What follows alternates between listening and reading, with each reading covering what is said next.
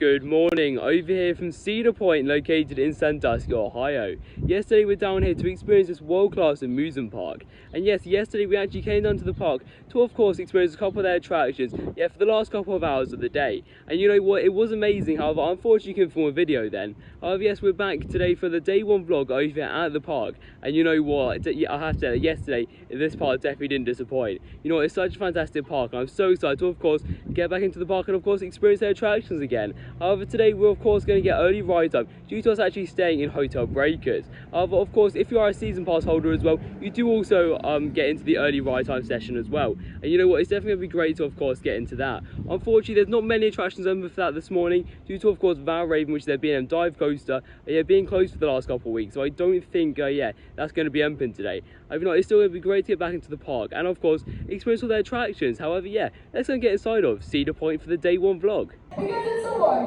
the only queen of coasters, Millennium Force! I'm one of those trainers, we'll see you guys in Millennium. Bye-bye! Bye, guys! Alright, now let me Okay, so we've just completed 2 rides over here at the park. And you know what, for our first ride we actually went on to Millennium Force.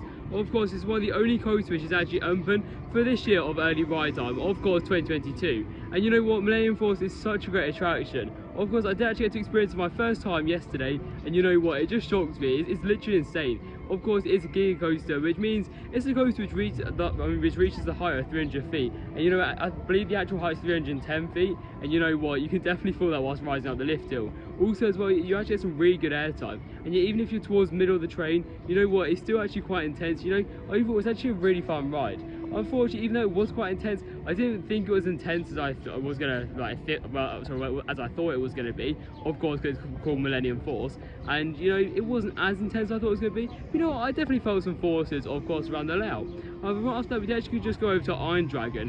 Of course, it's one of the older attractions at the park, and you know that's a fun ride. It was a bit underwhelming to be honest, but you know it was still fun to experience. And it definitely serves for a good family coaster over here at the park. However, of course, now we're over here in Frontier Town, and just about to take a ride over on Maverick. So it's just hit 10 o'clock, and we're just about to go on Maverick, of course, when Maverick opens. And you know what, it looks like such a fantastic roller coaster.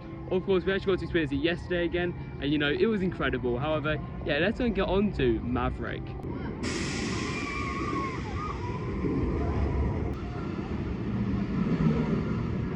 You know what, it was so great to finally get back onto Maverick. Of course, it's the park's Interim Blitz coaster, and in fact it was actually the first ever Interim Blitz coaster. Of course, I believe now it's actually an Interim multi-launch coaster. However, you know what, it's still a great ride. In my opinion, it's actually my second favourite roller coaster I've been on, so you know what, it's pretty incredible. And also, we did actually just get the back row, which meant that first drop, you know, you get some pretty strong airtime. Of course, I believe it's beyond vertical. I'm not sure how many degrees it is. It's definitely beyond vertical. You know, that's a great ride, and I definitely experienced it over here at the park. So also as well, something to point out is that second launch is so powerful. And it actually sounds a bit like Taron at Phantasialand. Of course, I haven't yet experienced that in Germany yet. But you know what, it does look amazing. It definitely sounds like that launch. You know, overall, the theme of it as well is incredible. You know, it's a great ride, and I admit to it, it just makes the trip alone to Cedar Point worth it. However, of course, now we're over here in Frontier Town, like I previously said. And you know, this area is so well themed. As you can see by all the facades just all the way down here, and of course all the buildings, you know, it's pretty incredible. Of course, Steel Engines, the world's best roller coaster in my opinion, right at the back over there. You know, unfortunately right now it's on a 120-minute queue, so we're not going to actually go do it right now. But you know what, it definitely looks the part over there at Cedar Point. However, we're going to take a little look around the area and really experience more of the park's attractions.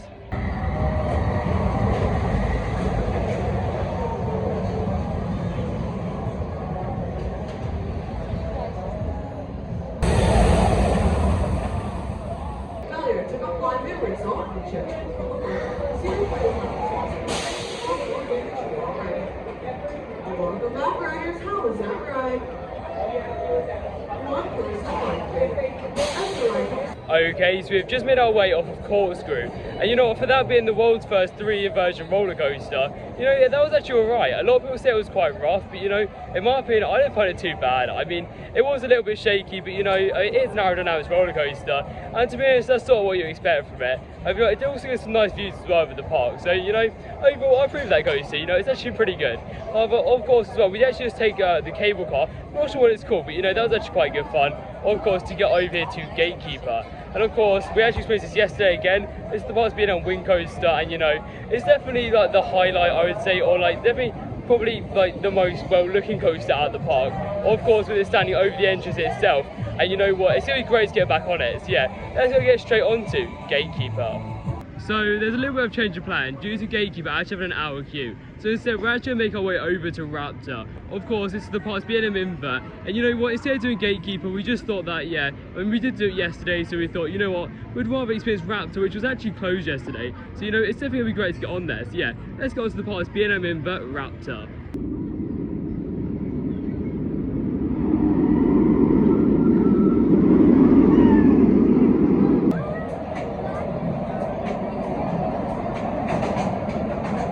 So we've just made our way off Raptor, and you know what, that was actually a really good inverted coaster.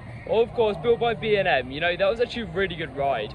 Funny enough, we actually got the back row as well, which yeah, is definitely the most intense run. It's definitely probably my favourite row on most inverted coasters out there. Of course, it was actually my first ever ride on this inverted coaster. I know Raptor is definitely a fun ride. Of course, it's got some nice inversions, along with it also, I mean, even given a little bit of airtime, to be honest. You know, it's actually a really fun ride. Yeah, it's definitely my personal favourite B&M inverted coaster that I've experienced. However, right after that, we actually went over to Blue Streak. And you know what, Blue Streak was actually quite a fun ride. Of course, it's definitely a classic over here at Cedar Point. And you know what, even though it was a little bit rough, I still quite enjoyed it. Unfortunately, we did actually get a wheel seat, so yeah, I mean, whoever's experienced a wooden coaster before, especially a wooden coaster like that, you know that, yeah, the wheel seats are not the best on the coaster. However, you know what, it was still a fun ride, and actually had some really strong airtime, which was quite surprising. But of course, we've now made it over here to the main midway, or well, one of the midways, over here at Cedar Point, because yeah, we're actually going to take a ride on Gemini. And yeah, there was one side we didn't do yesterday. I'm not sure what side that was.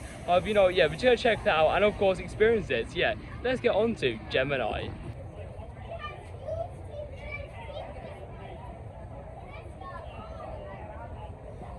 So we've just made our way off of Gemini, and you know what, it was actually pretty cool to get back on there. Of course, we did actually get the other side, and also as well, it was actually dueling. So you know what, it was definitely a nice add-on to, of course, the coaster itself. And you know what, that's actually got some fantastic airtime, and it's actually been pretty smooth. You know, overall, it's a fun coaster, yeah, definitely is a good ride to experience over here at Cedar Point. However, right after we actually went over to Woodstock Express. And you know, that's fine. I mean, all Vekoma family coasters like that, they're alright, you know, they are a little bit rough, but you know, it does the job, and yeah, still it serves for a good family coaster over there at the park. However, right after that, we actually went over to Gatekeeper. Of course, the park's being a wind coaster, and yeah, got a lovely front row on there, of course, when the sun was going down. And you know what, that was incredible. Of course, the wind going into your face on the front, you know, that is a fantastic coaster, and yeah, definitely serves as like a really nice, like, sort of, I don't know how to explain it, but it's a really iconic coaster over there at Cedar Point, of course, with it going over the gateway. However, after that, also as well, I mean, after that as well, we actually went over to the Cedar Creek mine ride, and finally we actually got on it after 4 attempts or 3 attempts today. And you know what, it was actually so good to get onto there. Yeah, it's fine, it's not amazing, but you know, it's definitely a classic over here at Cedar Point. However, of course, as you can see now, we're over here in the queue line for Maverick. And yeah, we're hoping to get a night ride on this and possibly get onto another coaster, whether it be Steel Vengeance or Millennium Force later tonight. However, we don't know because we've got about an hour left, and yeah, there's still quite a long queue, of course, yeah, to experience. So hopefully we'll get another coaster, but if not, this will be the last ride of the day. You know, it's going to be so great to get back onto this intimate multi-launch coaster, which of course is Maverick.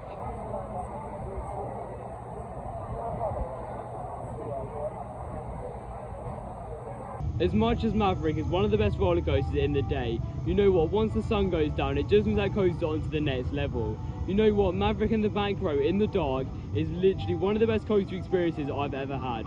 Honestly, Maverick is just insane. Of course, built by Intamin, it's one of their multi-launch coasters, and you know what, it's just incredible. Of course, it was the first multi-launch coaster built by that company, and you know what, even though it was the first, now we have rides like Jurassic World Velocicoaster and also Pantheon. You know what, that ride is still phenomenal. And of course, I haven't experienced the other two I just previously mentioned, but you know what, Maverick is insane. The first drop's amazing, the launch tile's amazing, you know, the theme is incredible, and overall, just makes for a great package here at Cedar Point.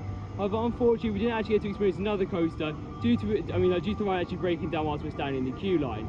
You know, in terms of our opinions on the first full day over here at Cedar Point, you know what, Cedar Point just blew me away the first time I walked into it, of course, yesterday evening. And you know what, coming in back in today, of course, just finishing off the coasters at the park and of course getting some re-rides, it's just been phenomenal. You know, this park, yes, it is very hard to get to, of course, especially if you live in like outside of outside of the US. It is a very difficult park to get to. In fact, we actually had to travel 20 hours, of course, by plane, which was 10, and yeah, driving, which was 10, to of course just get to this one amusement park. And you know what, it has just been more than worth it. Of course, day 2 will be coming tomorrow. You know, it's been incredible to, of course, get on like so many attractions at the park. Unfortunately, we didn't actually get on Steel Vengeance today. However, by the way, I have already ridden it. So if you're thinking, oh yeah, you haven't ridden Steel Vengeance yet, you know, I have already experienced it, and I can tell you, it is personally my favourite roller coaster out there. You know, it is phenomenal. But overall, it's been a great day, and yeah, I would definitely recommend a visit down here to Cedar Point. Yeah, that unfortunately wraps up this video over here at the park. So yeah, thank you for watching, and I'll see you in the next one.